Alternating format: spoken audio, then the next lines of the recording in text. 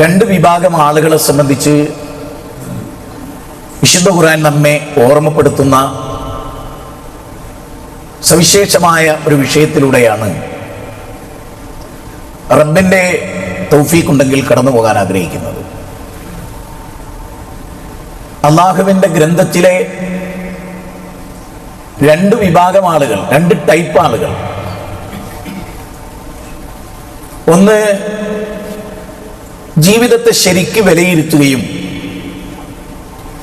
ജീവിതത്തിന്റെ ലക്ഷ്യത്തെക്കുറിച്ച് കൃത്യമായി പഠിക്കുകയും പ്രവാചകന്മാരുടെ അധ്യാപനങ്ങൾക്ക് ചെവി കൊടുക്കുകയും ജീവിതത്തിന്റെ ഓരോ സ്റ്റെപ്പിലും അള്ളാഹുവും അവന്റെ ദൂതനും നൽകിയ മാർഗനിർദ്ദേശത്തെ അവലംബിക്കുകയും മരണം ജീവിതത്തിന്റെ അന്ത്യമല്ലെന്നും ശാശ്വതമായ ജീവിതത്തിന്റെ തുടക്കമാണെന്നും വിശ്വസിക്കുന്ന ഒരു വിഭാഗം ആളുകൾ. അവരെന്തിനേയും നോക്കിക്കാണുന്നത് ഈ മാനദണ്ഡത്തിന്റെ അടിസ്ഥാനത്തിലാണ്. ഒരു വിഭാഗം ആളുകൾ അങ്ങനെയാണ്. ഒരു വിഭാഗം ആളുകൾ ബൽ തുസിറൂനൽ ഹയാത്തുദ് ദുനിയ വല്ലാഖിറത്തു ഖൈറും വഅബ്ഖാ, ഈ നശ്വരമായ പെട്ടെന്ന് നശിച്ചു പോകുന്ന ആരും അവരുടെ മരണശേഷം ഖബറിലേക്ക് കൊണ്ടുപോകാത്ത ദുനിയാവ്, ആഡംബര ജീവിതം, ആ ജീവിതത്തിന്റെ പിന്നാലെയാണ് പല ആളുകളും. വലിയ അറിയപ്പെട്ട ഒരു കോടീശ്വരന്റെ മരണം അനേക ചിന്തകൾ നമ്മുടെ മുമ്പിലൂടെ കടന്നുപോയിട്ടുണ്ട്. എന്തിന്റെ കുറവായിരുന്നു അയാൾക്ക് എന്ന് എല്ലാവരും ചോദിക്കുന്നുണ്ട്. 1400 വർഷങ്ങൾക്ക് മുമ്പ് റസൂൽ പറഞ്ഞു ഒന്നിന്റെ കുറവുണ്ടായിരുന്നു അയാൾക്ക്. അത് കൗതുകകരമാണ്. മുസ്നബി അയാളെ പറ്റി പറയുന്നു, അയാളെ പോലെയുള്ള ആളുകളെ പറ്റി പറയുന്നു. എന്താ പറയുന്നത്? ലൈസൽ ഗിനാ അൻ കസ്റത്തിൽ അർള് വലകിന്നൽ ഗിനാ ഇന്നൻ നഫ്സ്. ലൈസൽ ഗിനാ, ഐശ്വര്യം എന്നാൽ, സുന്ദരമായ ഐശ്വര്യ ജീവിതം എന്നാൽ ദുനിയാവിന്റെ അലങ്കാരങ്ങളുടെ അഭിവൃദ്ധിയിലല്ല. 12 റോൾസ് റോയ്സ് ഉണ്ട് എന്നതോ, ബുഗാട്ടി കാർ ഉണ്ട് എന്നതോ, ഫെറാറി കാർ ഉണ്ട് എന്നതോ, ബംഗ്ലാവുകൾ ഉണ്ട് എന്നതോ ഒന്നുമല്ല ഐശ്വര്യത്തിന്റെ മാനദണ്ഡം. വലകിന്നൽ ഗിനാ ഇനൻ നഫ്സ്, മനസ്സിന്റെ സമാധാനമാണ് ഐശ്വര്യം. അത് കോടികൾ കൊടുത്താൽ കിട്ടാത്തതുമാണ്. ആ സമാധാനത്തിന്റെ കുറവുണ്ടായിരുന്നു എന്നാണ് പറഞ്ഞതിന്റെ അർത്ഥം. എത്ര അസാമാന്യമായ അർത്ഥം നൽകുന്ന, ആശയം നൽകുന്ന ഒരു ഹദീസാണ്. നമ്മളൊക്കെ പരിശുദ്ധ റമദാനിന്റെ പടിവാതിക്കൽ എത്തി നിൽക്കുന്നു. ആഗ്രഹമുണ്ട് ജീവിതത്തെ ശുദ്ധീകരിക്കണമെന്നും അള്ളാഹുവിന്റെ ദീനനുസരിച്ച് അത് ക്രമപ്പെടുത്തണമെന്നും. പല പ്രഭാഷണങ്ങളും കേൾക്കുമ്പോൾ നമുക്ക് തോന്നാറുണ്ട്, പല കുത്തുബകൾ കേൾക്കുമ്പോൾ നമുക്ക് തോന്നാറുണ്ട്. അല്പസമയം അതിൽ നിന്ന് മാറി മറ്റു ചിലതിലേക്ക് നമ്മൾ കടന്നു പോകുമ്പോൾ നമ്മുടെ ഈമാൻ ഇങ്ങനെ ഡൗൺ ആയി വരുന്നത് കാണാൻ പറ്റും. അതിന്റെ അർത്ഥം നിരന്തരമായ ദീനുമായുള്ള ബന്ധമല്ലാതെ നമ്മെ മൂല്യത്തിൽ പിടിച്ചു നിർത്താൻ മറ്റൊന്നിന് സാധ്യമല്ല എന്നുള്ളതാണ്. ഇസ്ലാമിന്റെ എല്ലാ വിശ്വാസങ്ങളെയും സ്വീകരിച്ച് ജീവിക്കുമ്പോഴും സമൂഹം മുന്നോട്ട് പോകുമ്പോൾ അതിന്റെ ഭാഗമായി പോകാനുള്ള സാധ്യത എല്ലാ ഓരോ വ്യക്തികളിലും ഉണ്ട് എന്നർത്ഥം. ഇന്ന് വല്ലാത്ത ഒരു ലോകത്തിലൂടെയാണ് നമ്മളൊക്കെ യാത്ര പോകുന്നത്. അതുകൊണ്ട് തന്നെ രണ്ട് നിലക്കുള്ള ആളുകൾ. ഒന്ന്, ഞാൻ പറഞ്ഞു, ജീവിതത്തെ ഏറ്റവും ഭംഗിയായി, അവിടെ അള്ളാഹു ഉണ്ട്, അവിടെ റസൂലുണ്ട്, അവിടെ ജീവിതത്തിനൊരു ശുദ്ധിയുണ്ട്, അവിടെ സത്യസന്ധതയുണ്ട്, അവിടെ ആത്മാർത്ഥതയുണ്ട്, അവിടെ പടച്ചോനെ പേടിയുണ്ട്. അതെവിടെയൊക്കെ ഉണ്ട്? സമ്പത്ത് സമ്പാദിക്കുന്നതിൽ മാത്രം ഹലാലായ പോരാ, ആ സമ്പാദ്യം ചെലവഴിക്കുന്നതിൽ ഞാൻ എന്തിന് ചെലവഴിക്കുന്നു. ഞാൻ ഈ കഴിഞ്ഞ സോഷ്യൽ മീഡിയയിലൊക്കെ നമ്മളിങ്ങനെ നോക്കുമ്പോൾ ഒരു വലിയ മസ്ജിദിന് വേണ്ടി ധനാഢ്യനായ ഒരു മനുഷ്യൻ, ശുദ്ധനായ ഒരു മനുഷ്യൻ, ഞാൻ ആ പദം തന്നെ ഉപയോഗിക്കട്ടെ, അദ്ദേഹത്തിന്റെ കോടികൾ അദ്ദേഹം ഓഫർ ചെയ്യുന്ന ഒരു വീഡിയോ വൈറലായിരുന്നു. ഒരു മസ്ജിദ്, എത്രയോ വലിയ കോടിയുടെ സംഖ്യയോ കാര്യമൊന്നും ഞാൻ പറയുന്നില്ല.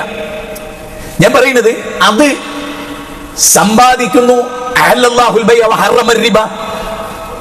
അല്ല പറയാണ് കച്ചവടം ഹലാലാണ്, ആ കച്ചവടത്തിലൂടെയാണ് ഹലാലായ സമ്പാദ്യം. പക്ഷെ അള്ളാഹുവിന്റെ റസൂൽ നമ്മെ പഠിപ്പിച്ചു എവിടെ നിന്ന് സമ്പാദിച്ചു, അത് എവിടെ ചെലവഴിച്ചു, എവിടെയാണ് ചെലവഴിച്ചത്. സമ്പാദിച്ചത് ഹലാലാകുന്നത് മാത്രമല്ല, ആ സമ്പാദ്യം കൊണ്ട് നിങ്ങൾ എന്ത് ചെയ്തു, അത് ഭയങ്കരമായി ചിന്തിക്കേണ്ട ഒരു മേഖലയാണ്. ആ സമ്പാദ്യം എന്തിനു വേണ്ടി? അത് ചിന്തിക്കുമ്പോഴാണ് ഒരുപാട് ഗൗരവപ്പെട്ട, ഞാൻ കൊടുത്തു പോരാ, എന്തിനു കൊടുത്തു, അതെന്തിനു വേണ്ടി ഉപയോഗിക്കപ്പെടും? ഞാൻ നിർമ്മിക്കുന്ന ഒരു പടച്ചവന്റെ ഭവനം, അവിടെ ശിർക്കുണ്ടാവോ? ശിർക്കിന്റെ ആളുകളുടെ കൈകളിലാണോ ഈ തുക ഞാൻ ഏൽപ്പിക്കുന്നത്? അവരുടെ കൈകളാലാണോ അത് ബിൽഡപ്പ് ചെയ്യപ്പെടുന്നത്? നിശ്ചയം പള്ളികൾ അള്ളാഹുവിൻ്റെതാണ്. ആ അള്ളാഹുവിനോടൊപ്പം അവിടെ വെച്ച് വേറൊരാളെ വിളിക്കുന്ന ഒരു ഖബർ അവിടെ പൊന്തുമോ? അവിടെ കുത്തുബിയത്ത് നടക്കുമോ? 1000 വട്ടം മൊയ്തീൻ ഷൈനെ വിളിക്കുക ആ മസ്ജിദിന്റെ ഉള്ളിൽ. എങ്കിൽ ആ പണം വൃഥാവിലായി, ആ സമ്പാദ്യം വൃഥാവിലായി. അള്ളാഹുവിന്റെ റസൂലിന്റെ സുന്നത്താണോ ആ പള്ളിയിൽ നടക്കുന്നത്?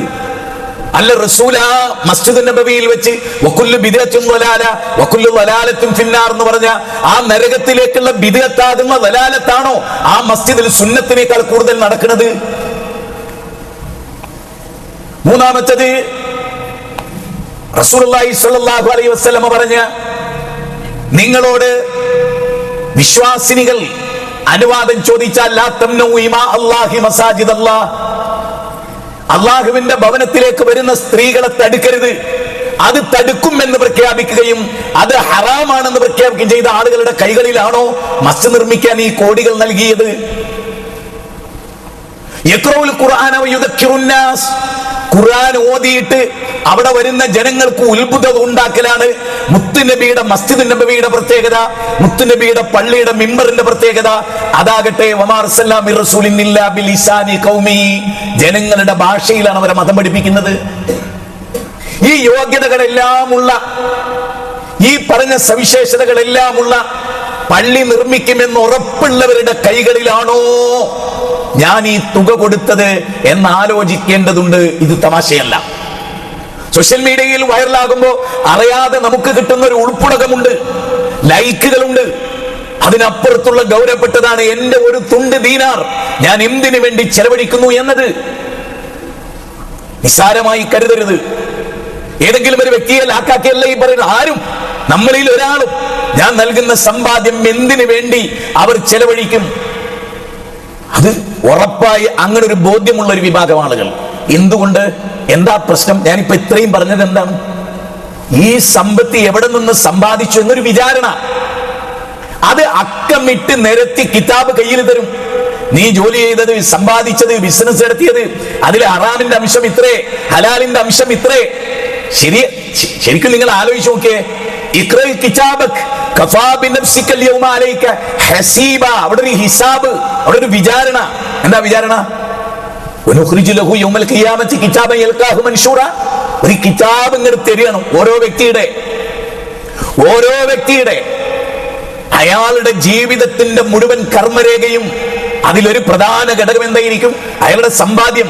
നോക്കൂ, അള്ളാഹുവിന്റെ റസൂൽ പറയുന്നത് നിന്റെ ആരോഗ്യം എന്തിനു വേണ്ടി? അത് വളരെ പ്രധാനമായ ഒരു കാര്യമല്ലേ? യുവാക്കളൊക്കെ ആലോചിക്കണ്ടേ? അല്ല തന്ന നഫ്സ്, അല്ല തന്ന ഹാർട്ട്, അല്ല തന്ന ലിവർ, അല്ല തന്ന കരള്, അല്ല തന്ന കിഡ്നി, ഇത് പടച്ചതമ്പുരാൻ തന്ന ഈ ശരീരം, ഈ ആരോഗ്യം, അത് എങ്ങനെ നോക്കി? ഈ കാര്യത്തെക്കുറിച്ച് വിചാരണയില്ലാതെ ആദം സന്തതികളുടെ കാലുകൾ അവിടുന്ന് ചലിക്കൂല എന്നാണ്. എങ്കിൽ എത്ര ഗൗരവമായിട്ടാണ് ഈ ആളുകളെ ഇത് നമ്മൾ പഠിപ്പിച്ചു കൊടുക്കേണ്ടത്? പലപ്പോഴും ആളുകൾ എങ്ങനെയാണെന്നറിയോ? ആളുകൾ ജനങ്ങളുടെ പബ്ലിസിറ്റിയിലും ആളുകളുടെ ഒച്ചയിലും ബഹളത്തിലും വലിയ പാരാവാരം പോലെ ജനങ്ങൾ കിടക്കുമ്പോ പിശാച് മനുഷ്യനിട്ടിരുന്ന ഒരു ഉൾപ്പുടകമുണ്ട്. ഇമാം അഹ്മദ് ബിൻ ഹംബൽ റഹ്മത്തുള്ളാഹി അലൈഹി, ഞാൻ ഓർക്കാണ്, ഞാൻ ഈ സംഭവം കണ്ടിട്ട് എനിക്ക് ഓർക്ക് വന്നില്ല. ഞാനിതിങ്ങനെ പല സ്ഥലങ്ങളിൽ നിന്ന് ഇതിങ്ങനെ കണ്ടപ്പോ എന്തോ മനസ്സിനൊരു വല്ലാത്ത ഒന്ന്, ആ വ്യക്തിയോടുള്ള എന്റെ സ്നേഹം, എന്റെ ഗുണകാംക്ഷ. ഞാൻ ഈ പറയുന്നത് നമ്മൾ എത്ര ഗൗരവമായി കാണേണ്ട കാര്യം അറിയോ? നബി സല്ലല്ലാഹു അലൈഹി വസല്ലമയുടെ ആ ചരിത്രത്തിലെ ഇമാം അഹ്മദ് ബിൻ ഹംബൽ മരിക്കാൻ കിടക്കുന്ന ആദ്യ മൊമെന്റിൽ, മലക്കുൽ മൗത്ത് വരുന്ന ആ സമയത്ത് ഇബ്ലീസ് വന്നിട്ട് അദ്ദേഹത്തിന്റെ മനസ്സിൽ ഞാനൊരു തരക്കേടില്ലാത്ത പണ്ഡിതനാണ് എന്ന് തോന്നിപ്പിച്ചു അത്രേ. അപ്പൊ അബ്ദുള്ളയോട്, മകനോട് പറയണം, അബ്ദുല്ലാ, ഈ മരണത്തിന്റെ ഏറ്റവും ഒടുവിലത്തെ മുഹൂർത്തത്തിലും ഇബ്ലീസ് എന്നെ അസ്വസ്ഥതപ്പെടുത്തിക്കൊണ്ടിരിക്കുന്നു. അബ്ദുല്ലാ, എനിക്ക് വേണ്ടി റബ്ബിനോട് തേടണേ. ഈ രംഗം അബ്ദുള്ള വിവരിച്ചോണ്ടാണ് നമ്മൾ അറിയുന്നത്. അതായത് ഇമാം അഹ്മദ് ബിൻ ഹംബൽ എന്ന ഇരുത്തം വന്ന മഹാപണ്ഡിത കേസരിയെ പോലും ഇബ്ലീസ് മരണത്തിന്റെ മുഹൂർത്തത്തിൽ റിയാഇന്റെ പിടികൂടുമെങ്കിൽ ഓരോ പണക്കാരും ഓരോ കഴിവുള്ളവരും അവരുടെ മനസ്സിലെ റിയാവും അതുമായി ബന്ധപ്പെട്ട ചിന്തകളും മാറ്റുരച്ചു നോക്കേണ്ടതുണ്ട്. കാരണം ഒരാളും കൂട്ടിനില്ലാത്ത, ഒരാളും സപ്പോർട്ടില്ലാത്ത ഒരു ലോകത്ത് ഒറ്റക്ക് വലക്കദ് ജീതുമൂനാ ഫുറാദാ കമാ ഖലഖനാകും അവ്വല മർറ ഉമ്മ നിന്നെ പ്രസവിച്ച പോലെ ചെരുപ്പ് ധരിക്കാത്തവരായി, ചേലാകർമ്മം ചെയ്യാത്തവരായി, വിവസ്ത്രരായി അല്ലാഹുവിന്റെ മുമ്പിൽ നിങ്ങൾ നിൽക്കുന്ന രംഗല്ലേ. വൈമിൻകും മില്ലാ വാരിദുഹാ കാന അലാ റബ്ബിക ഹത്മൻ മഖ്ദിയ. സൂറത്ത് മറിയമിന്റെ 71 പറയുന്ന ആ നരകത്തിന്റെ വക്കിൽ വരുന്ന ആ ദിവസം ഇവിടെ കിട്ടുന്ന പരിഗണന അവിടെ കിട്ടുമെന്ന് വിചാരിക്കണ്ടോ? ഇവിടെ ആരും ആരെയും പരിഗണിക്കും. ആ ഒരു പൊസിഷൻ ഉണ്ടായാൽ മതി. അയാൾ പിന്നെ എന്ത് ചെയ്യുന്നു, അയാളുടെ ജീവിതമൊന്നും ആരും കണിശമായി വിലയിരുത്തില്ല. പക്ഷേ അല്ലാഹ് പറയാണ്, ഞാനൊരു തുലാസ്, മനുഷ്യന്റെ കർമ്മങ്ങൾ തൂക്കിക്കണക്കാക്കുന്ന ഒരണുമണി തൂക്കമുള്ള കാര്യം അത് തൂക്കി കണക്കാക്കി അതിനെക്കുറിച്ച് വിചാരണ നടത്തി അതിനെക്കുറിച്ച് ഉത്തരം പറയാതെ ആദം സന്തതികളുടെ കാല് ചലിക്കില്ല എന്നാണ്. അതിലേറ്റവും പ്രധാനമാണ് യൗവനം. അതിൽ മറ്റേറ്റവും പ്രധാനപ്പെട്ടതാണ് സമ്പത്ത്. എവിടെ നിന്ന് നേടി? എന്റെ ദീർഘമിലെ, എന്റെ 53 വർഷത്തിലെ ആയുസിനിടയിൽ എന്റെ സമ്പാദ്യത്തിൽ ഹറാമ് കലർന്നിട്ടുണ്ടോ? ഞാൻ അനധികൃതമായി എന്തെങ്കിലും സമ്പാദിച്ചിട്ടുണ്ടോ? ദെൻ ഞാൻ ചെലവഴിച്ചതിൽ എവിടെയെങ്കിലും അല്ലാഹ് വിലക്കിയ കാര്യത്തിന് നോക്കൂ. ഞാനിത് പറയുമ്പോ നമ്മളൊക്കെ വലിയ കോടികൾ ചെലവഴിച്ച ആളുകളൊന്നുമല്ല. പക്ഷെ 100 രൂപ മോളെ, നമ്മുടെ പ്രായപൂർത്തിയെത്തിയ പെൺകുട്ടിന്റെ കയ്യിലാണ് 100 രൂപ കൊടുക്കണത്. അതവിടെ ചുണ്ടിൽ ചായ തേക്കാനാ വാങ്ങണമെങ്കിൽ ആ 100 രൂപന്റെ കാര്യത്തിൽ റബ്ബിന്റെ മുമ്പിൽ എന്തായിരിക്കും സ്ഥിതി എന്ന് ആലോചിച്ചിട്ടുണ്ടോ? മകൾക്കാ കൊടുത്തത്, നാട്ടുകാർക്കൊന്നല്ല, ഒരു പബ്ലിസിറ്റി ഇല്ല, ആരും കണ്ടിട്ടില്ല, ആരും ഫോട്ടെടുത്തിട്ടില്ല, മോൾക്കാ കൊടുത്ത്. പക്ഷെ ആ മോള് ആ 500 രൂപ കൊണ്ട് 100 കീറലുള്ള ടൈറ്റ് ജീൻസും വാങ്ങി അതിട്ട് ടീഷർട്ട് ഇട്ടിട്ട് എങ്ങനെയുണ്ട് പാ എന്ന് ചോദിക്കുമ്പോ ആ തിരക്കറില്ല എന്ന് പറയുന്ന ബാപ്പയാണോ? എങ്കിൽ ആ 500 രൂപന്റെ കാര്യത്തിൽ അല്ലാഹ് നിന്നെ വിടില്ല. ജീവിതത്തിൽ ഒരിക്കലും കള്ളം പറയാത്ത റസൂൽ സല്ലല്ലാഹു അലൈഹി വസല്ലമയാണ് നമ്മളോട് പറയുന്നത്. അതുകൊണ്ട് ആരും സത്യത്തിൽ ബേജാറാകണം. നേർക്ക് നേരെ അവസരം ഉണ്ടായാൽ അങ്ങനത്തെ ആളുകളെ തിരുത്തി കൊടുക്കണം. അതാ സ്നേഹം. വൽ മുഅ്മിനൂന വൽ മുഅ്മിനാത്തു ബഅ്ദുഹും ഔലിയാഉ ബഅ്ദിൻ യഅ്മുറൂന ബിൽ മഅറൂഫ് വയൻഹൗന അനിൽ മുൻകർ. നന്മ കൽപ്പിക്കാൻ ഏറ്റവും വലിയ മിത്രങ്ങൾ അതൊക്കെ എല്ലാവർക്കും വേണ്ടവരാണ്, സമൂഹത്തിന് ആവശ്യമുള്ളവരാണ്. പക്ഷേ എന്തിന്? ഞാൻ ആ പറഞ്ഞ 5 പോയിന്റുകൾ ചിന്തിച്ചാൽ മതി. ഒരു മസ്ജിദ്, അള്ളാഹുവിന്റെ ഗ്രന്ഥത്തിൽ ഒരു മസ്ജിദ് എന്താകണം? റസൂൽ സല്ലല്ലാഹു അലൈഹി വസല്ലം വചനത്തിൽ ഒരു മസ്ജിദ് എന്താകണം? ആളുകൾ എന്താ കരുതുക? പള്ളി ഉണ്ടാക്കാനല്ലേ? ആരായാലും പള്ളി ഉണ്ടാക്കാൻ ആണോ? ഈ കാണുന്ന ചുവരുകളും മിനാരങ്ങളുമാണോ പള്ളി? പള്ളിയെ പള്ളിയാക്കുന്നത് റബ്ബിനോട് മാത്രമേ ദുആ ചെയ്യുകയുള്ളൂ, ആ റബ്ബിൽ ഒന്നിനെയും പങ്കു ചേർക്കില്ലെന്ന ഉത്തമ ബോധ്യമുള്ള ഒരു കെട്ടിടത്തെയാണ് പള്ളി എന്ന് വിളിക്കുക. എത്ര ആകാശമുട്ട നിൽക്കുന്ന ക്ഷേത്രങ്ങളുണ്ട്. ലോകത്ത് ചർച്ചുകളുടെ മനോഹാരിത ഉണ്ടോ പള്ളിക്ക്? ലോക ചർച്ചുകളുടെ മനോഹാരിത. പക്ഷെ അവിടെ ആര് വിളിക്കുന്നത്? ഞാൻ പറയുന്നത് നിങ്ങൾക്ക് മനസ്സിലാവുണ്ടാവുന്നതാണ് ഞാൻ വിചാരിക്കുന്നത്. ഓരോ മൈക്രോ സെക്കൻഡും ഒരു വിശ്വാസി ജീവിക്കുമ്പോൾ അയാൾക്കുള്ള കുറ്റബോധം എന്തായിരിക്കും? അയാളുടെ മനസ്സിൽ സ്ട്രൈക്ക് ചെയ്യുന്ന കാര്യം എന്തായിരിക്കും? ഞാൻ ചെലവഴിച്ച ആ സമ്പാദ്യത്തെ കുറിച്ചുള്ള ചിന്തയായിരിക്കും, ജീവിതത്തെ കുറിച്ചുള്ള ചിന്തയായിരിക്കും. നോക്കൂ, നമ്മളൊക്കെ 2026 പറഞ്ഞു, ജനുവരി കഴിഞ്ഞു, ഫെബ്രുവരി ഇതാ അതിന്റെ പാതി പിന്നിടാൻ പോകുന്നു, നോമ്പിലേക്ക് നമ്മൾ പ്രവേശിക്കുന്നു. ശരി, നമ്മൾ ഇന്ന് നമ്മളൊക്കെ യാ അയ്യുഹല്ലദീന ആമനു തഖുല്ലാഹ്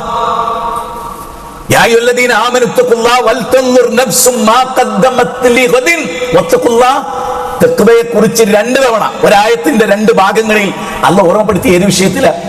ഇന്ന് നീ മരിച്ചാൽ നാളെ വിചാരണയാണ്. എവിടെ? നിന്നെ കൊണ്ടുവെക്കണ ഖബറിൽ തുടങ്ങി വിചാരണ.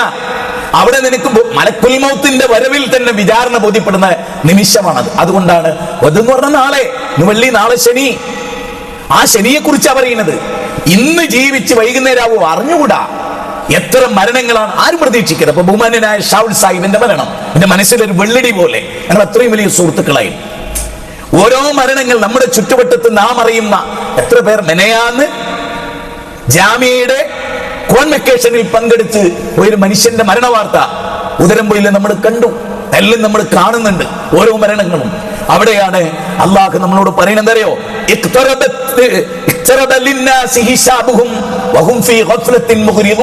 സൂറത്ത് അംബിയായിലെ 1-ാമത്തെ വചനത്തിലൂടെ പറയുന്നത് അറിയോ? വിചാരണ ആസന്നമായിരിക്കുന്നു. പക്ഷെ മനുഷ്യരിൽ ഭൂരിപക്ഷം ആളുകളും ഗഫ്ലത്തിലാണ്. അവർ എന്തിലാണ്? അവർ അതിൽ നിന്നൊക്കെ മാറിപ്പോകുന്ന ദുനിയാവിലെ കേവല കാര്യങ്ങളിൽ. സത്യത്തിൽ നിങ്ങൾ ആലോചിച്ചുണ്ടോ? ഞാൻ കുറച്ചു ദിവസത്തിന്റെ മനസ്സിൽ ആ വലിയ ധനാഢ്യൻ സ്വയം വെടിയുതിർത്ത് മരിച്ചല്ലോ. അവരൊക്കെ ഈ ലോകത്ത് ജീവിച്ച മനുഷ്യൻ നമ്മുടെ ചുറ്റുവട്ടത്തുള്ള ആളുകളാണല്ലോ, നമ്മുടെ കേരളീയനായ ഒരു മനുഷ്യനാണല്ലോ. അപ്പൊ നമുക്ക് കൂടുതൽ ചിന്ത ഉണ്ടാവില്ല. ഏതോ നാട്ടിലൊരാളാണെങ്കിൽ അത് അന്ന് വാർത്ത കണ്ട് നമ്മളങ്ങനെ പിന്നെ അതിന് അനുബന്ധം കുറിച്ച് ഇങ്ങനെ വരുമ്പോ എന്ത് സൗഭാഗ്യക്കുറവാണ് മനുഷ്യൻ എണ്ണുകയാണെങ്കിൽ ദുനിയാവിൽ അദ്ദേഹത്തിനുള്ളത്. എന്ത് സൗഭാഗ്യം! ആരൊക്കെ എന്തൊക്കെ പറഞ്ഞാലും മരണത്തിലേക്ക് അദ്ദേഹത്തെ എടുത്ത് ചാടിപ്പിച്ച പ്രേരിപ്പിച്ചൊരു ഘടകം ഒരാളോടും പങ്കുവെക്കാത്തതാണെങ്കിൽ, മറ്റൊരാൾക്ക് പങ്കുവെച്ച് കൊടുക്കാൻ കഴിയാത്തതാണെങ്കിൽ ഏതൊക്കെ വിഷമത്തോടുകൂടി ഇരിക്കുകയാണ് ഈ ലോകം. ഈ സുഖ സൗകര്യങ്ങളെല്ലാം ഉണ്ടായിട്ടും എവിടെ 3 കഷ്ടം മല്ലുതുണിയിൽ, പോക്കറ്റില്ലാത്ത മല്ലുതുണിയിൽ മനുഷ്യരെ പൊതിഞ്ഞിട്ട് കൊണ്ടുപോയി വെക്കല്ലോ. ഇനി എന്ത് അവിടെ ഉണ്ടാക്കണ കബറിസ്ഥാനെ കെട്ടി തേച്ചു സിമെന്റ് പൂശി അവിടെ കുമ്മായം വെച്ച് ടൈലൊട്ടിച്ചു, ഇനി അതിലൊരു AC ഫിറ്റ് ചെയ്ത് കൊടുത്താലും അത് ഈ മനുഷ്യനെ എഫക്ട് ചെയ്യോ? അയാൾ അറിയോ? ഇന്നിങ്ങനെ വളരെ ഭദ്രമായ പെട്ടിയിൽ, വളരെ സ്വർണത്തിന്റെ ഗോൾഡൻ കവർ ചെയ്തിട്ടുള്ള പെട്ടിയിലൊക്കെയാണ് എന്നെ കൊണ്ടുപോയി വെച്ചതെന്ന് ആരെങ്കിലും അറിയോ? ആരും അറിയില്ല. അതുകൊണ്ട് തന്നെ ഞാൻ ഈ ഇരിക്കുന്ന വിശ്വാസി സമൂഹത്തോട് പറയുന്നത്, നമ്മളെ സംബന്ധിച്ച് ഞാൻ ഇപ്പോഴും പറയുന്നു, ഒരു മരണവും ഒരാത്മഹത്യയും ജീവിതത്തിന്റെ ഒന്നിനും പരിഹാരമല്ലെന്ന് മാത്രമല്ല, അത് മനുഷ്യകുലത്തിൽ ആ മരിച്ച വ്യക്തിയോട് മോശം ചിന്ത ഉണ്ടാക്കാനല്ലാതെ അയാൾ ബാക്കി ജീവിച്ചിരിക്കുന്നവരോട് ചെയ്യുന്നൊരു മഹാക്രമം കൂടിയാണത്. ചെറിയ കാര്യമൊന്നുമല്ല. ഭാര്യയോട്, മക്കളോട്, കുടുംബത്തോട്, തന്നെ വിശ്വസിച്ചവരോടും ഒക്കെ ചെയ്യുന്ന അപരാധമാണ്. അവിടെയാണ് ഞാൻ പറയുന്നത്, മരണം അള്ളാഹ് നിശ്ചയിക്കുന്ന ദിവസത്ത് പോണം. അതിന്നാണെങ്കിൽ, അള്ളാഹ് നമ്മളെ വിളിക്കുന്നതാണെങ്കിൽ, അള്ളാഹ് പറയാണ് മനുഷ്യർക്ക് സൂറത്ത് അംബിയാഇന്റെ തുടക്കം, മനുഷ്യർക്ക് വിചാരണ ആസന്നമായിരിക്കുന്നു. ആ ആസന്നമായ വിചാരണയുടെ കാര്യത്തിൽ ആളുകൾ ഗഫലത്തിലാണ് എന്ന് നിങ്ങൾ ചിന്തിക്കും. ദുനിയാവിലെ ചെറിയ കാര്യങ്ങൾക്ക് വേണ്ടി ഒരു പരീക്ഷ ഉണ്ട്. എന്തായാലും നമ്മുടെ മുന്നിൽ നമുക്കൊരു നല്ല ജോലി കിട്ടാൻ സാധ്യതയുള്ള ഒരു പരീക്ഷ 2000 ആളുകൾ അല്ലെങ്കിൽ 25,000 ആളുകൾ അല്ലെങ്കിൽ 1,00,000 ആളുകൾ പരീക്ഷ ചെയ്തു. 10 ആളുകളെ സെലക്ട് ചെയ്യുക. നിങ്ങൾ വിചാരിക്കും, ഈ 10 ആളുകളെ സെലക്ട് ചെയ്യുന്ന 1,00,000 ആളുകൾ പരീക്ഷ എഴുതുന്നതിൽ ആ 10ൽ പെടാൻ എനിക്ക് സാധിക്കുമോ എന്ന ടെൻഷൻ ആരെയാ ബാധിക്കാത്തത്? ദുനിയാവിലെ ഒരു പരീക്ഷയിൽ, പരീക്ഷ ഹോളിലേക്ക് നമ്മുടെ കുട്ടികൾ കടന്നു ചെല്ലുമ്പോൾ SSLC മാർച്ചിൽ എഴുതുമ്പോൾ എന്തായിരിക്കും നമ്മുടെ മക്കളെ ഇതിൽ? എങ്കിൽ ജീവിതം ഒരു പരീക്ഷണമാണെങ്കിൽ ആ പരീക്ഷണയുടെ വിചാരണ മലിക്കുൽ ജബ്ബാറായ റബ്ബിന്റെ മുമ്പിലാണെങ്കിൽ നാം ചെയ്ത ചെറുതും വലുതുമായ എല്ലാ വാക്കും, ഒരു വാക്കും നിങ്ങൾ ഉച്ചരിച്ചിട്ടുള്ള ഒരു അമലും നിങ്ങൾ ചെയ്യുന്നില്ല, എല്ലാം ഒരു കർമ്മരേഖയിൽ രേഖപ്പെടുത്തിയിട്ടല്ലാതെ എന്ന് 18-ാം അധ്യായത്തിന്റെ 49-ൽ പറയുന്ന ആ ചെറുതും വലുതുമായ സകലമാന കർമ്മങ്ങളും സൂറത്ത് ഖാഫിലും ആ കാര്യം വ്യക്തമാക്കി പറഞ്ഞു. അങ്ങനെ രേഖപ്പെടുത്തി ഹാജരാക്കപ്പെടുന്നിടത്ത് ഒന്നിങ്ങനെ ജീവിതത്തിന്റെ റിവേഴ്സിലേക്ക്, ഞാൻ ഇവിടെ പറയുന്നത്, എനിക്ക് 53 വയസ്സായി. ഞാനിങ്ങനെ 53 വർഷത്തിന്റെ അപ്പുറത്തേക്ക് എനിക്ക് ഓർമ്മ വെച്ച ആ കാലയളവിലേക്കൊന്ന് മടങ്ങിയാൽ അതിനിടയിലെ ജീവിതത്തിൽ ഓരോ ദിവസവും ഇല്ലേ, ഓരോ ദിവസം കഴിഞ്ഞ് അത് ദിവസമായി, ആഴ്ചയായി, മാസമായി, വർഷമായി. ഇന്ന് 2026, 1972 ജനിച്ച് 2026 ഫെബ്രുവരി 13-ാം തീയതി വെള്ളിയാഴ്ച ഈ മിമ്പറിൽ കയറി നിൽക്കുന്ന ഈ സമയം വരെയുള്ള എന്റെ ഓർമ്മ വെച്ച ജീവിതത്തിലെ സത്കർമ്മങ്ങളും ദുഷ്കർമ്മങ്ങളും തൂക്കി നോക്കിയാൽ ഞാൻ ആറാഫുകാരനായി പോകുമോ? സ്വർഗത്ത് പോകാനുള്ള പുണ്യമില്ല, നരകത്തിലേക്ക് എത്തിപ്പെടാനുള്ള തിന്മയുമില്ല. ഇത് രണ്ടിന്റെയും ഇടയിൽ പരിശോധിക്കപ്പെടേണ്ടതല്ലേ? ആറാഫുകാർ എന്ന് പറഞ്ഞൊരു വിഭാഗം, അവർ വിളിക്കുന്ന സ്വർഗസ്ഥരോട് ഞങ്ങളുടെ കാര്യം റബ്ബിനോടൊന്ന് പറയണട്ടോ. നരകത്ത് പോകാനുള്ള തെറ്റുമായിട്ടില്ല, സ്വർഗത്തിലേക്ക് എത്താനുള്ള പുണ്യമായിട്ടില്ല. അത് രണ്ടിന്റെ ഇടയിൽ വല്ലാത്തൊരു അദാബല്ലേ അത്. നേരെ മറിച്ച് ഈ സമയത്തെ, അതായത് ഒരു വിശ്വാസിയുടെ, ശരിക്കും ഒരു വിശ്വാസിയുടെ പ്രത്യേകം എന്താ അറിയോ? അവന്റെ വിശ്രമം ഖബറിൽ മാത്രമായിരിക്കും. അവൻ എന്താ ആലോചിക്കുക? അവൻ ആലോചിക്കുക, ഇന്ന് ഈ നിമിഷം ഞാൻ മരിച്ചാൽ ഒരു പുണ്യകർമ്മത്തിൽ. അത് അത്ഭുതപ്പെടേണ്ട കാര്യം എന്താ അറിയോ? ഈ മനുഷ്യന് നൽകിയ സമ്പത്തുമായി ബന്ധപ്പെട്ട് പറയുമ്പോൾ മുമ്പൊക്കെ ഞാൻ ഓർമ്മപ്പെടുത്തിയിട്ട് പല പ്രസംഗങ്ങളിലും, ഒരാളെ മനുഷ്യരെ വിചാരണ കൊണ്ടുവരിക, ഒരു മനുഷ്യനെ വിചാരണ കൊണ്ടുവരിക, ധനാഢ്യനായ ഒരു മനുഷ്യനെ, വേറെ പുണ്യം നേക്കാൻ അയാളുടെ കയ്യിൽ സമ്പത്തുണ്ട്, അവർ കടം കൊടുക്കും, ആവശ്യക്കാർക്ക് കടം കൊടുക്കും, അവരെ ലിസ്റ്റൊക്കെ എഴുതി വെക്കും, പേര് എഴുതി വെക്കും, സംഖ്യ എഴുതി വെക്കും, അതിന് ആളുകളെ നിശ്ചയിക്കും, അവരോട് ആ ലിസ്റ്റ് പരിശോധിക്കാൻ പറയും. ഇതൊക്കെ ചെയ്യുന്നൊരു മനുഷ്യൻ വേറെ ഒന്നും അയാൾ ചെയ്തിട്ടില്ല. അയാൾക്ക് ഭയങ്കര ഹിസാബിനെ പേടിയാണ്. റബ്ബിന്റെ കോടതിയിൽ വരുമ്പോൾ അയാൾ ആ മുഖഭാവത്തോടു കൂടിയാണ് നിൽക്കുന്നത്. അപ്പൊ അല്ലാഹു സുബ്ഹാനഹു വ തആല, ഇതൊക്കെ മുത്തുനബി പഠിപ്പിച്ച ഹദീസുകളാണ്. അല്ലാഹു സുബ്ഹാനഹു വ തആല അയാളോട് ചോദിക്കുകയാണ്, എന്താണ്? പ്രതീക്ഷകളില്ല അയാൾക്ക്, പ്രതീക്ഷകളില്ല. ആ പ്രതീക്ഷയില്ലാതെ നിൽക്കുന്ന ആ ലോകത്ത് അല്ലാഹു സുബ്ഹാനഹു വ തആല പറയും, നിനക്ക് നിന്നെക്കുറിച്ച് പ്രതീക്ഷയില്ലെങ്കിലും കണിശമായി നീതി നടപ്പാക്കുന്ന നിന്റെ റബ്ബായ എനിക്ക് നിന്നെക്കുറിച്ചൊരു പ്രതീക്ഷയുണ്ട്. എന്താണ് ആ പ്രതീക്ഷ? എന്താണത്? ഒരു പുണ്യത്തിന്റെ ഗൗരവം. ഞാൻ പറയുന്നത് എത്ര നിസ്സാരമായിക്കോട്ടെ, എത്ര വലുതായിക്കോട്ടെ, അള്ളാഹ് പരിഗണിക്കാനെങ്ങാനും അള്ളാഹ് തീരുമാനിച്ചാൽ ഒരുപാട് വാരിക്കൂട്ടി ചെയ്യേണ്ടതുണ്ടാവില്ല. ഇനി അള്ളാഹ് നമ്മളെ ശിക്ഷിക്കാൻ വിചാരിച്ചോ, ഒരുപാടൊന്നും വേണ്ടി വരില്ല. അതുകൊണ്ടാണല്ലോ പൂച്ചനെ കെട്ടിയിട്ടത് നരകത്ത് പോയത്. നായ്ക്ക് വെള്ളം കൊടുത്തു, ഭയങ്കര കർമ്മ. ഒരു നായ്ക്ക് വെള്ളം കൊടുത്തു, അത്രയല്ലേ നമ്മൾ കരുതുന്നുള്ളൂ.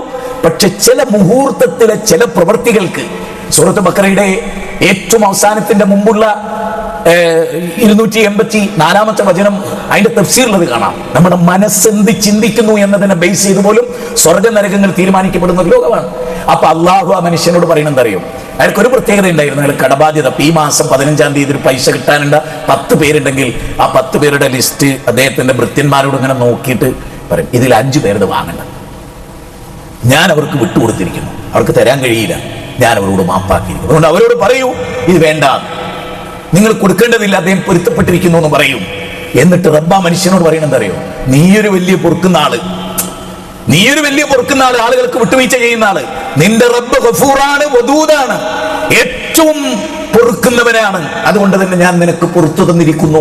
ഇവിടെ നമ്മൾ ആലോചിക്കേണ്ടത്, മനുഷ്യൻ ചെയ്യുന്ന സത്കർമ്മങ്ങളുടെ അതിന്റെ റിസൾട്ട് എന്ന് പറയുന്നത് ഭയങ്കരമാണ് എന്നാണ് ഖുർആൻ പഠിപ്പിക്കുന്നത്, പ്രവാചക തിരുമേനി പഠിപ്പിക്കുന്നത്. നിങ്ങൾ നോക്കൂ, സൂറത്ത് റഹ്മാനിൽ അല്ലാഹു പറയാണ്, സനുഫ്റിലക്കും അയ്യുഹസ് സഖലാൻ, തീർച്ചയായും ജിന്ന് വർഗത്തെയും ഇൻസ് വർഗത്തെയും ഭാരിച്ച 2 സമൂഹമാണ് അവർ. ഈ ഭാരിച്ച സമൂഹത്തെ വിചാരണ ചെയ്യുന്നതിന് വേണ്ടി അള്ളാഹു ഒഴിഞ്ഞിരിക്കുന്നു. അള്ളാഹ്ക്ക് ഒരേ സമയത്ത് വിചാരണയും മറ്റു കാര്യങ്ങളും നടക്കാത്തതുകൊണ്ടല്ല, അതിന്റെ ഗൗരവത്തെ സൂചിപ്പിക്കാനാണ് ഈ പദം ഉപയോഗിച്ചത്. സൂറത്ത് റഹ്മാനിൽ നിന്ന് അല്ലാഹു സുബ്ഹാനഹു വ തആല 31-ാമത്തെ വചനം 55-ാമത്തെ അധ്യായത്തിൽ ഉപയോഗിച്ചിട്ടുള്ള ജിന്ന് വർഗത്തെ വിചാരണ ചെയ്യും, ഇൻസ് വർഗത്തെ വിചാരണ ചെയ്യും. ഈ 2 വിഭാഗത്തെയും അല്ലാഹു സുബ്ഹാനഹു വ തആല ഇനി ഇവിടെ ഇരിക്കുന്നു, ഈ പള്ളിയിൽ ഈ ഖുത്ബ കേൾക്കുന്ന, ഇൻഷാ അല്ലാഹ് നാളെ ഇതിന്റെ ഏതെങ്കിലും ഭാഗം കേൾക്കാൻ തൗഫീഖ് ഉണ്ടാകുന്ന ആളുകൾ ഓരോരുത്തരും ആലോചിച്ചു നോക്കും, നമ്മൾ ജീവിക്കുമ്പോൾ നമ്മുടെ വിശ്വാസം കറക്റ്റാണോ? ഈ വിശ്വാസത്തിന്റെ പേരിൽ ഞാൻ പറഞ്ഞല്ലോ, ഒരു മനുഷ്യനെ മഹ്ശറയിൽ വിചാരണ കൊണ്ടുവരുന്ന വേറൊരു രംഗം, ആ മനുഷ്യനെ മഹ്ശറയിൽ കൊണ്ടുവരുമ്പോൾ അയാളെ ശരീരം മുഴുവനും ചങ്ങലകളിൽ ബന്ധിപ്പിച്ച് കണ്ണെത്താത്ത ദൂരം ചങ്ങലകളിലാണ് ആ മനുഷ്യൻ, കണ്ണെത്താത്ത ദൂരം ചങ്ങലകളിലാണ്. അത്ര വലിയ പാപമാണ് അയാൾ ചെയ്തിരിക്കുന്നത്. ഖുർആൻ നരകത്തിലേക്ക് വലിച്ചെറിയപ്പെടുന്നവരെ ചങ്ങലകളിൽ ബന്ധിപ്പിച്ചുകൊണ്ടിരുന്നതിനെ കുറിച്ച് വിവരിക്കുന്നുണ്ട്. അങ്ങനെ കൊണ്ടുവരുന്ന ഒരു മനുഷ്യൻ, ആ മനുഷ്യനോട് അള്ളാഹു ചോദിക്കും, എന്ത് ബോധിപ്പിക്കാനുണ്ട്? വിചാരണയാണ്. ആ വിചാരണയിൽ എന്ത് ബോധിപ്പിക്കാനുണ്ട്? അയാൾക്കൊന്നും പറയാനില്ല. അയാൾക്ക് അള്ളാഹ് എന്താണ് സ്വീകരിക്കുക, എന്താ സ്വീകരിക്കട്ടെ അറിയാൻ പറ്റുമോ? അറിയില്ല. അള്ളാഹു സുബ്ഹാനഹു വ തആല ഒരു കാർഡ്, നമ്മൾ പത്താക്കാന്ന് പറയുന്നു, അങ്ങനെ ഒരു ഐഡന്റി കാർഡ്, അങ്ങനെ ഒരു കാർഡ് ഇങ്ങനെ അയാൾക്ക് ഇങ്ങനെ കാണിച്ചു, ലാ ഇലാഹ ഇല്ലല്ലാഹ് എന്ന് എഴുതിയ. നമ്മൾ ഇന്ന് വൈകുന്നേരം നമ്മുടെ പബ്ലിക് പരിപാടിയിൽ ലാ ഇലാഹ ഇല്ലല്ലാഹയിൽ വരേണ്ട ഒരു ടോപ്പിക്കിനെ പറ്റി പറയുന്നു. ലാ ഇലാഹ ഇല്ലല്ലാഹ് എഴുതിയ ഒരു കാർഡ് അള്ളാഹു സുബ്ഹാനഹു വ തആലയുടെ നേരെ നിന്നു. ഈ കാര്യത്തിൽ ഓർക്കണം, ഇത് മുസ്ലിം സമുദായത്തെ പഠിപ്പിക്കേണ്ട ഏറ്റവും പ്രധാനം. ലാ ഇലാഹ ഇല്ലല്ലാഹ് എന്ന ഈ അഖീദയുടെ ആദ്യ ഭാഗത്തിൽ പങ്കു ചേർക്കാത്തൊരു ഹൃദയം നിനക്കുണ്ടായിരുന്നു. ശിർക്കിന്റെ ഒരു അംശവും നിന്റെ ജീവിതത്തിൽ വന്നിട്ടില്ല. ഹറാമേ ഉള്ളൂ, ജീവിതം മുഴുവനും ഹറാമ് ചെയ്ത ആളാണ്. പക്ഷേ അല്ലാഹുവിൽ കടുകുമണിയോളം പങ്കു ചേർക്കാത്തതിന്റെ പേരിൽ നിനക്ക് സ്വർഗമാണ് ഞാൻ വിധിക്കുന്നത്. ഓർക്കണം, നമുക്കൊരാൾക്കും പിടുത്തം കിട്ടാത്ത മറ്റൊരു ലോകത്താണ്. ഇതിൽ 2 വിഷയങ്ങൾ നമ്മൾ ഗൗരവമായി മനസ്സിലാക്കണം. എന്താന്ന് ചോദിച്ചാൽ, ഫഅമ്മാമൻ ഊതിയ കിതാബഹു ബിശിമാലിഹി ഫയഖൂലു യാ ലൈതനി ലം ഊത കിതാബിയ വലം അദ്രി മാ ഹിസാബിയ. വിശുദ്ധ ഖുർആൻ 69-ലെ 25 മുതലുള്ള വാചകത്തിൽ പറയുന്നതാണ്, ഇടത് കൈയിൽ ഗ്രന്ഥം നൽകപ്പെടുന്ന ആളുകൾ. ഈ ഇടത് കൈയിൽ ഗ്രന്ഥം നൽകപ്പെടുന്ന ആളുടെ അയാളുടെ മനോഘടന എന്താണ്? വലം അദ്രി മാ ഹിസാബിയ, എന്റെ വിചാരണ എനിക്ക് വിസ്മരിക്കപ്പെട്ടിരുന്നുവെങ്കിൽ, എനിക്ക് അങ്ങനെ ഒരു വിചാരണ ഇല്ലായിരുന്നെങ്കിൽ. വിചാരണ എന്നത്, നോക്കൂ, കോടതിയുടെ വിചാരണ. നമ്മൾക്കിപ്പോൾ എത്ര കേസുകൾ അറ്റൻഡ് ചെയ്യുന്നു? ഓരോ ദിവസവും ഓരോ കേസുമായി ബന്ധപ്പെടും, അതിന്റെ വിചാരണയുമായി ബന്ധപ്പെട്ട് കുറ്റവാളികളുടെ മനസ്സിനെ കുറിച്ച് നമ്മൾ ആലോചിച്ച് നോക്കൂ.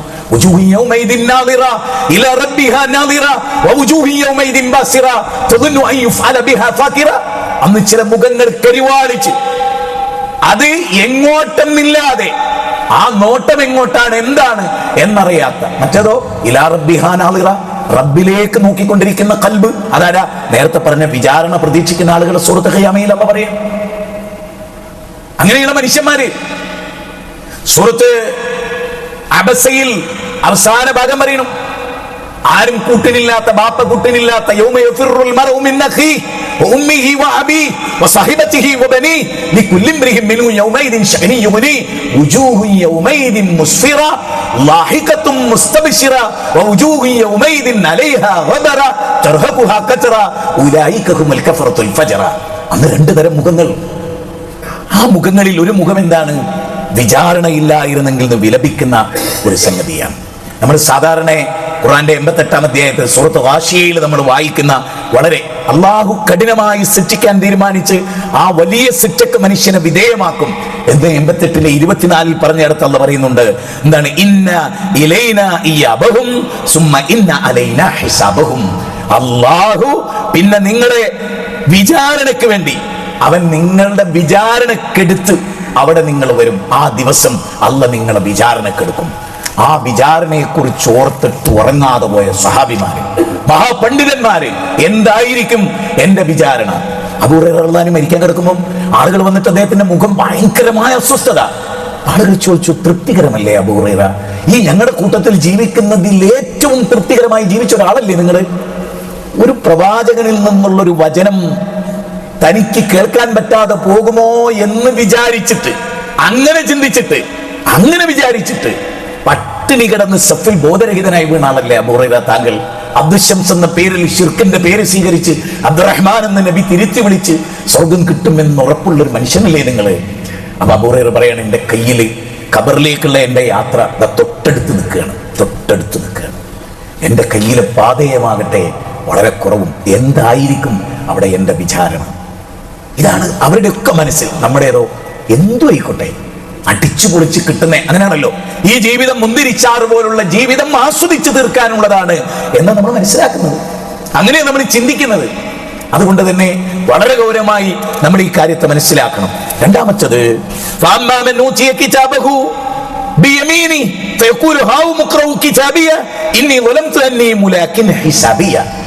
അതേ അധ്യായത്തിന്റെ 19 മുതലുള്ള വാചകം പറയുന്ന വലത്തെ കയ്യിൽ കിതാബ് നൽകപ്പെടും.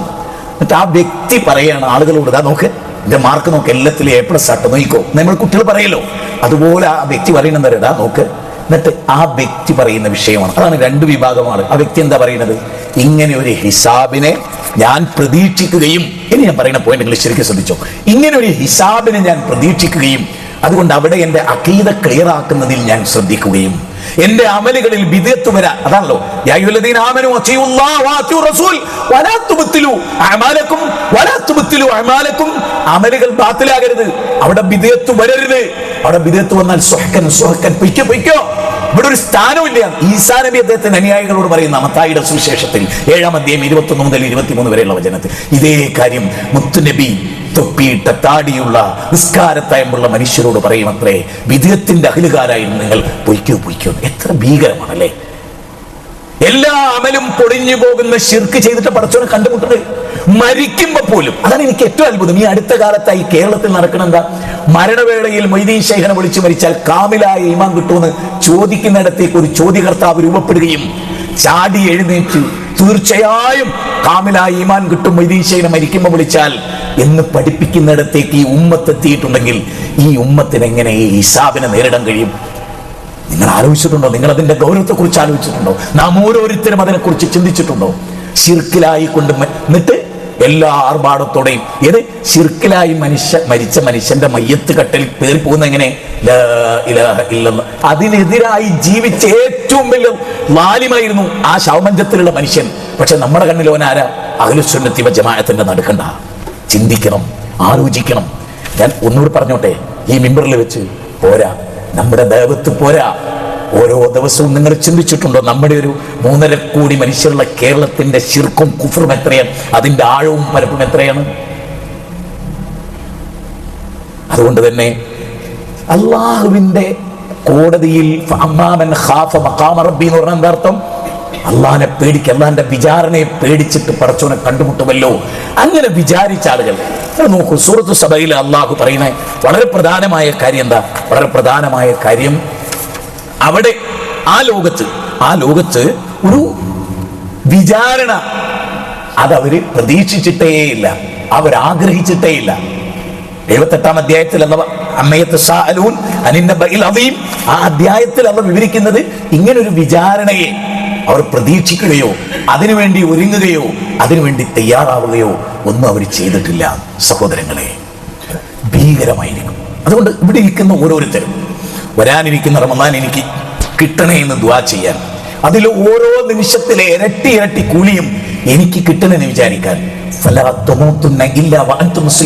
മുസ്ലിങ്ങളായിക്കൊണ്ടല്ലാതെ മരിക്കരുതേ മക്കളെ എന്ന് ഇബ്രാഹിം നബി മക്കളോട് ഉപദേശിച്ച ആ ഭാഗമുണ്ടല്ലോ സൂറത്ത് ബഖറയിലെ 132, അത് മക്കളോട് ഉപദേശിക്കാനും മക്കളുടെ വസ്ത്രത്തിലും വേഷത്തിലും വിധാനത്തിലും ഭാര്യമാരുടെ ഇടപെടലിലും ജീവിത രീതികളിലും കച്ചവടത്തിലും സമ്പാദ്യത്തിലും നടത്തത്തിലും വിരുദ്ധത്തിലും ഹറാമുകളിലേക്ക് മാടി മാടി വിളിക്കുന്ന ഈ ലോകത്ത് ഇതിനെയൊക്കെ നിയന്ത്രിച്ച് ഈ വിചാരണയെ ഭയപ്പെട്ടുകൊണ്ട് നമ്മൾ ജീവിച്ചിട്ടില്ലെങ്കിൽ തീർച്ചയായും വലിയൊരു നഷ്ടമായിരിക്കും ഈ ജീവിതം. ദുനിയാവിലെ മറ്റെന്തും നമുക്ക് നഷ്ടപ്പെട്ടോട്ടെ, ഈമാൻ നഷ്ടപ്പെടുകയും കുഫറിലായി പോവുകയും ബിദ്അത്തിലായി പോവുകയും ചെയ്താൽ വ്യഭിചരിച്ചിട്ട് മനുഷ്യൻ നിങ്ങൾ ചിന്തിച്ചു നോക്ക്, ജീവിതത്തിൽ ഒരിക്കലും സ്വർഗ്ഗരതിയിൽ ഏർപ്പെട്ടില്ല, ജീവിതത്തിൽ ഒരിക്കലും വ്യഭിചരിച്ചില്ല, ജീവിതത്തിൽ ഒരിക്കലും മദ്യപിച്ചില്ല, ജീവിതത്തിൽ ഒരിക്കലും അന്യായമായി കൊലപാതകം നടത്തിയില്ല, ജീവിതത്തിൽ ഒരിക്കലും പലിശയുമായി ബന്ധപ്പെട്ടില്ല. പക്ഷേ മൊയ്തീൻ ഷേഖിനെ അങ്ങേയറ്റം പടച്ചോനോട് ഉയർത്തി, സിയമടവൂരിനെ പടച്ചോനോട് ഉയർത്തി, മനസ്സിൽ റബ്ബിനോടുള്ളതിനേക്കാൾ വക്കാറത്ത് സിയമടവൂരിനോട് വെച്ച് പുലർത്തി, നാട്ടിൽ നടക്കുന്ന സകല ബിദ്അത്തുകളിലും തൊപ്പിയിട്ട് തന്നെ, നരാണിന്റെ മുകളിൽ തുണി ഉടുത്ത് തന്നെ, വെള്ളക്കുപ്പായമിട്ട് അത് ഫുൾക്കൈ വരെ ബട്ടൺ വരെ ഇട്ട് എല്ലാ ഈമാന്റെ അടയാളവും വെച്ച് സകല ബിദ്അത്തുകളിലും പങ്കെടുത്ത മനുഷ്യൻ നാട്ടിൽ തെണ്ടി കിടന്ന് വ്യഭിചരിച്ചിട്ട് പരലോകത്തെത്തിയിട്ട് ആ വ്യഭിചാരി സ്വർഗത്ത് പോവുകയും ഈ സുന്നത്തിന്റെ നടുക്കണ്ടം എന്ന് സ്വയം വിചാരിച്ചോ നരകത്തിലേക്ക് കാട്ടിത്തെളിക്കപ്പെടുകയും ചെയ്യുന്നതിനെ കുറിച്ച് ഗൗരവമായി ഉമ്മത്ത് ആലോചിച്ചിട്ടുണ്ടോ? അതെത്രമേൽ ഭീകരമാണ് എന്നതിനെ കുറിച്ച് ആലോചിച്ചിട്ടുണ്ടോ? പള്ളിയിൽ നിന്ന് എഴുന്നേറ്റിട്ടേ ഇല്ല, അയാൾ ഫുൾ ടൈം പള്ളിയില്ല, പക്ഷെ ബിദ്അത്തല്ലാത്തൊന്നും ആ പള്ളിയിൽ അയാൾ ചെയ്തിട്ടില്ല, ഷിർക്കിന്റെ അംശങ്ങളല്ലാത്തൊന്നും അയാളുടെ ജീവിതത്തിൽ ഉണ്ടായിട്ടില്ല, പക്ഷെ അയാൾ ഈ പറഞ്ഞ തിന്മയൊന്നും ചെയ്തിട്ടില്ല, എന്നിട്ടും അയാൾ നരകത്ത് പോകുന്ന ഭീകരതയെ കുറിച്ച് ആലോചിച്ചിട്ടുണ്ടോ? അല്ലാഹു നമ്മെ കാത്തുരക്ഷിക്കുമാറാകട്ടെ.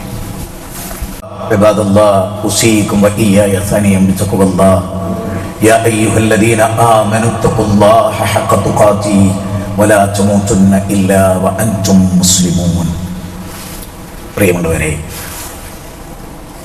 അണുമണി തൂക്കം നന്മ ചെയ്യാൻ കിട്ടുന്ന ഏത് രംഗവും പാഴാക്കാൻ, ഒരാൾക്ക് ഹസ്തദാനം, ഒരാളോട് പുഞ്ചിരിക്കാൻ, ഒരു സലാം പറയാനുള്ള ചാൻസ് കിട്ടുക, ഒരാൾക്കൊരു ഭാരം ഒന്ന് വെയിറ്റ് നമ്മളോടൊന്ന് കൂടി അയാളൊന്ന് ഹെൽപ്പ് ചെയ്യാൻ, മെല്ലെ റോഡ് മുറിച്ച് കിടക്കാൻ പാടുപെടുന്ന ഒരു വയോവൃദ്ധന്റെ കൈപിടിച്ച് അതിനൊരു ടൈം, ഒരു വയസ്സെങ്ങനെ നമ്മൾ ടൂ വീലറിൽ കുതിച്ചു പോകുക, അപ്പോഴാണ് ഒരു വയസ്സെങ്ങനെ വല്ലാതെ പാടുപെടുന്നതിൽ നമുക്ക് തോന്നുക, ആ ടൂ വീലറുടെ സൈഡാക്കി നിർത്തി ആ മനുഷ്യനെ റോഡിന്റെ അപ്പുറത്ത് കിടത്തി, അപ്പം അയാൾ നമ്മുടെ മുഖത്തേക്ക് നോക്കുന്ന ഒരു നോട്ടല്ലേ, ചിലപ്പോൾ ഒരൊറ്റ നോട്ടത്തെ സ്വർഗം കിട്ടിയെന്ന് വരും. അള്ളാഹു ചില അമലുകൾ, ഇത് ഞാൻ നേരത്തെ പറഞ്ഞു, ഒന്നുകൂടി പറയണം മനസ്സിൽ നിങ്ങൾക്ക്, ഒരു നായ്ക്ക് വെള്ളം കൊടുത്തു എന്നുള്ളത് ലോകത്ത് ഭയങ്കര സംഭവമാണോ? പക്ഷെ അള്ളാഹു മനുഷ്യൻ ആ തോന്നിയാസിക്ക് ആ ഹറാമ് ചെയ്ത അയാൾ ഹറാമിലായിരുന്നു, പല തിന്മകളും വ്യഭിചാരം ഉൾപ്പെടെയുള്ള പലതും, എന്നിട്ടും അതെന്താ ആ മുഹൂർത്തം ഉണ്ടല്ലോ, അത് കറക്റ്റ് ടൈം.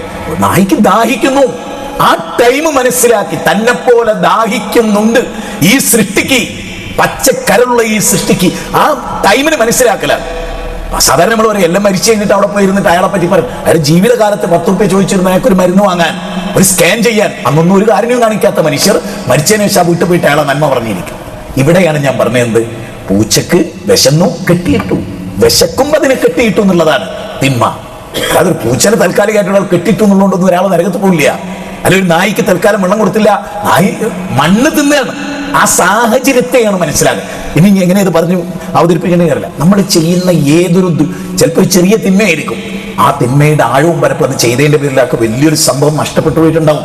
അയാൾ പറയാൻ പിന്നെ നമ്മളെ കാണുക ആദ്യം ഒന്നും ചെയ്തിട്ടുണ്ടാവില്ല. ഒരാള് ഞാൻ ഒരു ഉദാഹരണം പറയാം, റെയിൽവേ സ്റ്റേഷനിൽ നമ്മളിങ്ങനെ ഓടിപ്പോകുമ്പോൾ ഒരാളുടെ നമ്മുടെ ഷോൾഡർ അടിച്ചു, എന്നാലും മുഖത്ത് കണ്ണില്ലേ എന്നൊക്കെ ചോദിച്ചാൽ അയാളെ പിടിച്ചു, നീ ഇത് റീപ്പോ അവിടെ നിൽക്ക് എന്ന് പറഞ്ഞ് ഒരാളെ പിടിച്ചു വെക്കുക. ആ ട്രെയിൻ നഷ്ടപ്പെട്ട മോളുടെ ഒരു ഇന്റർവ്യൂ ആയിരിക്കും. ഞാൻ പറയുന്നത് നമുക്കത് മനസ്സിലായിട്ടുണ്ടാവില്ല. ആ സമയത്തെ ക്ഷമകേട് വലിയ ഭാരമായി പരലോകത്ത് ഉണ്ടാകുമെന്ന തിരിച്ചറിവ് നമുക്ക് എപ്പോഴും ഉണ്ടാകണം.